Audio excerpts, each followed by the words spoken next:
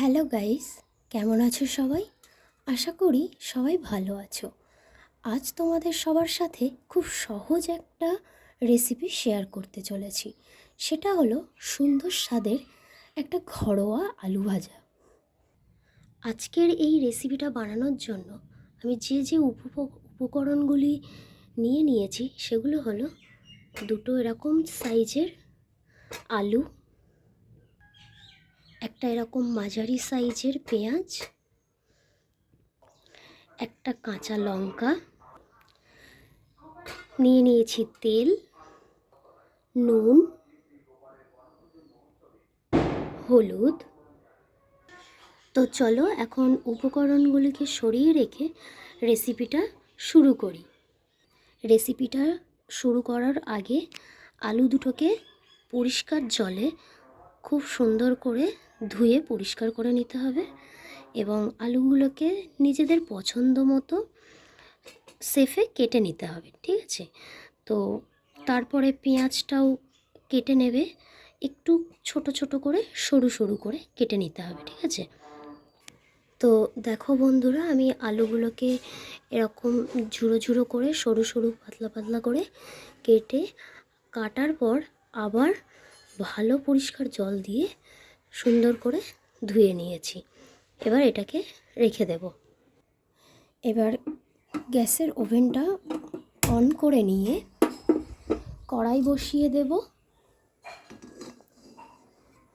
কড়াইটা গরম হতে থাকবে। কড়াইটা গরম হয়ে গেলে এর মধ্যে দিয়ে দেব তেল। তো দেখো, কড়াইটা গরম হতে শুরু করে দিয়েছে। এবার এর মধ্যে দিয়ে দেব তেল।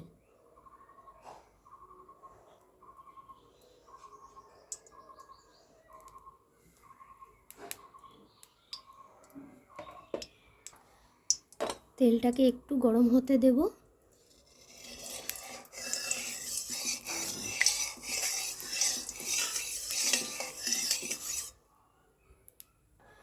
তেলটা খুব ভালো গরম হয়ে গিয়েছে। এবার কেটে রাখা আলুগুলোকে জল ঝরিয়ে দিয়ে দেব কড়াইয়ের মধ্যে।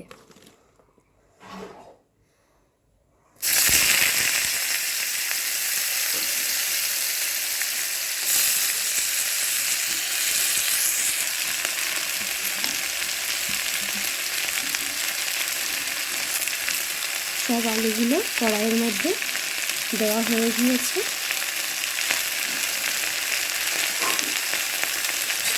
এবার আলুগুলোকে একটু ভালো করে উল্টিয়ে পাল্টিয়ে নেড়ে নেব।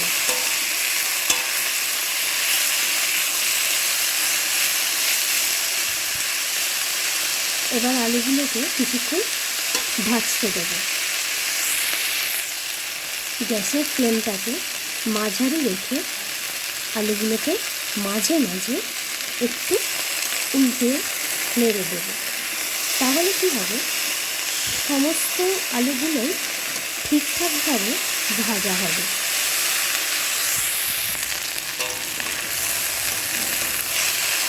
আলুগুলো যেন নিচে লেগে না যায়। মাঝে মাঝে একটু নেড়ে না দিলে আলুগুলো কড়াইয়ের সাথে আটকে যাবে।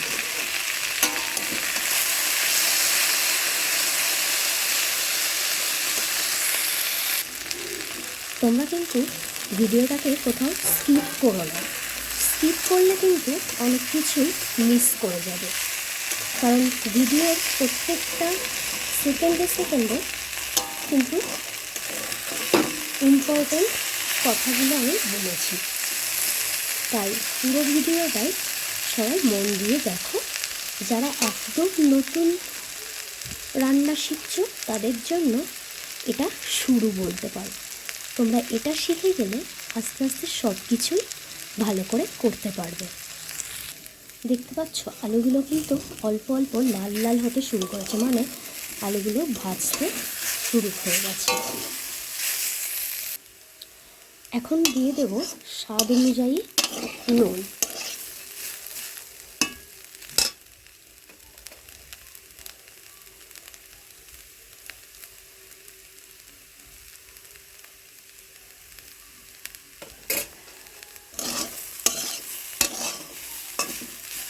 আর অল্প করে হলুদ দেব। এবার সবগুলো একসঙ্গে একটু মাখিয়ে নেব।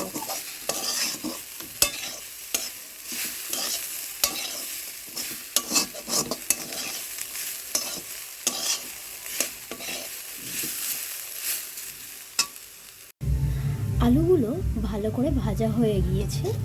এখন এর মধ্যে দিয়ে দেব কেটে রাখা পেঁয়াজ।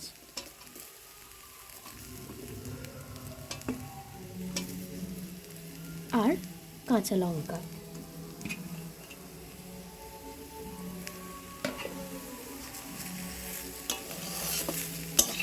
তবে মনে রাখতে হবে আলু নামানোর কিছুক্ষণ আগেই কিন্তু পেঁয়াজ আর লঙ্কাটা দিতে হবে। দেখো আলুটা এখন খুব সুন্দর করে ভাজা হয়ে গিয়েছে। এখন গ্যাসের ওভেনটা বন্ধ করে দেব। আলুগুলো ভাজা হয়ে গিয়েছে, এবার এগুলো পাত্রে তুলে নেব। আমাদের খুব সহজে ঘরোয়া আলু ভাজা তৈরি হয়ে গিয়েছে।